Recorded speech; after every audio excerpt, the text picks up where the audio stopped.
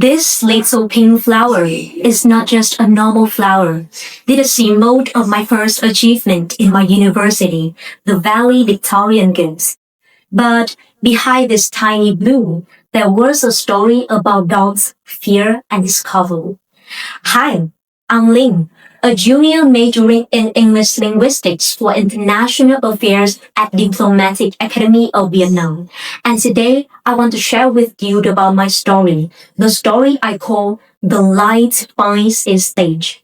So back when I was a freshman, I entered university as the valedictorian of the English faculty with a perfect of 10 out of 10 in the National English exam.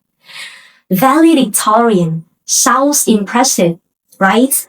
Title that most people remembered about me, and I will weave it to every single conversation with my best friends, with my relatives, and even with strangers.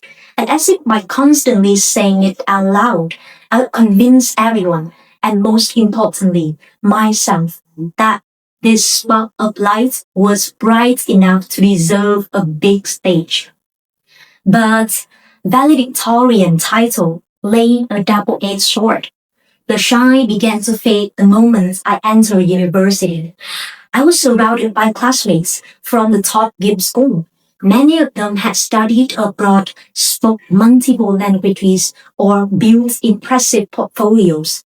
But deeper inside, my old wound resurfaced. So back in grade 9, I failed my dream to become the student for the GIB school.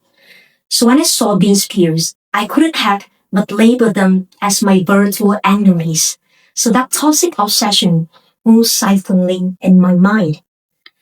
And on the first day of the class, we were asked to introduce ourselves. My voice trembled and barely audible like this one. Hello, teacher and friends. I'm Ling and I'm from Thuộc province. And just like that. And it suddenly felt small. I'm just a girl from an ordinary high school, holding on to one exam score as a lucky chance as my only badge of honor. And I hid behind my achievements, sat through quietly the lectures, and returned to my tiny rectory. And you know what? My first semester, and with regrets, self-doubts, and a piles of C grades, a harsh reminder that success on paper doesn't mean readiness or successful in life. And then one day, my best friend once told me, Ling, for so long I haven't seen the vibrant girl smiling confidently on stage. What's wrong with you? Do you remember the time when we studied together under that tiny oil lamp? The flame looked weak inside the glass, but once it escaped, it can softly light the whole room. You're just like that. You may feel stuck right now, but once you break through, your light will shine far. And I ask myself, why must I keep comparing myself with other people's? Why can't I step out my own shade? Where is Ling, the little girl who always dared to try, dared to explore, and dared to dream? If I didn't dare to try something new, I would forever remain stuck behind the world that I built for myself, the valedictorian world.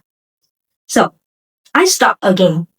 I took my very first step, signing up for the country student ambassador contest. And despite only landing at the top 12, that stage gave me the first line to shine. Not through winning, but through my teammates, the harmonious team. The very friends I saw as a superstar turned out to carry the same insecurities as me. They show me that peer pressure isn't something to fear, but something that can push us forward. And emboldened by my first step, I pushed my boundary further to become the travel mate for the non-governmental club that provide the free tours for foreigners, and conquering my English public speaking skill. And it's not only showed me about how important this public speaking skill is, it is also learning through listening, noticing expressions, sensing emotions, and responding with thoughtfulness. So in learning to listen, I recall something from the past. My own manager once told me, Lin, in the interview, you're so intelligent and strong-willed. That is your signature. I really appreciate that. But sometimes your forcefulness shuts people down. At first, in the first place, I wonder why, because I'm so intelligent and clever. Those words stung. But guiding showed me a new truth, that my voice doesn't always have to be burned fiercely, but it can shine softly. Am I different from the freshman, the valedictorian who used to be obsessed with academic excellence as my very first ideal? No, I'm still Lin, a little girl who constantly learns. So along the way, I earned 5 consecutive scholarships at DAV with an excellent GPA. But I no longer chase 4.0 GPA to improve myself. But these scholarships became something more meaningful, a quiet reminder of discipline, consistency, and staying grounded. And that is meaning, not a big persona, not someone extraordinary, but someone who carries an inner flame, create her own spectrum of colors, and break through the prison of life. So each of us is like a beam of white light, and when we stand in front of the prism of life, the question is, do we dare to step through it and to let ourselves shine? For me, choosing to dare, choosing to experience was what carries me across. But I know for many people outside, even they understand that beyond the prism lies brilliance. It looks thick, heavy, stressful.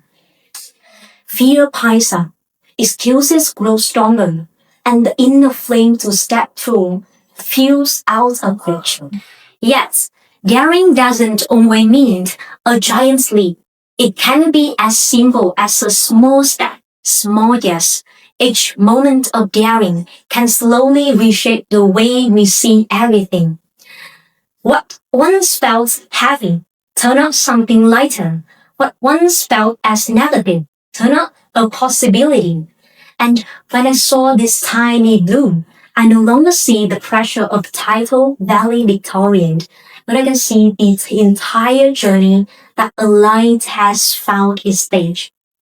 So each of us will carry an inner flame in our mind with full of potential. The question is not whether a light exists or not. It always does.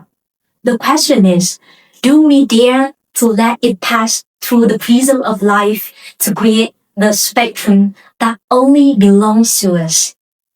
Thank you so much.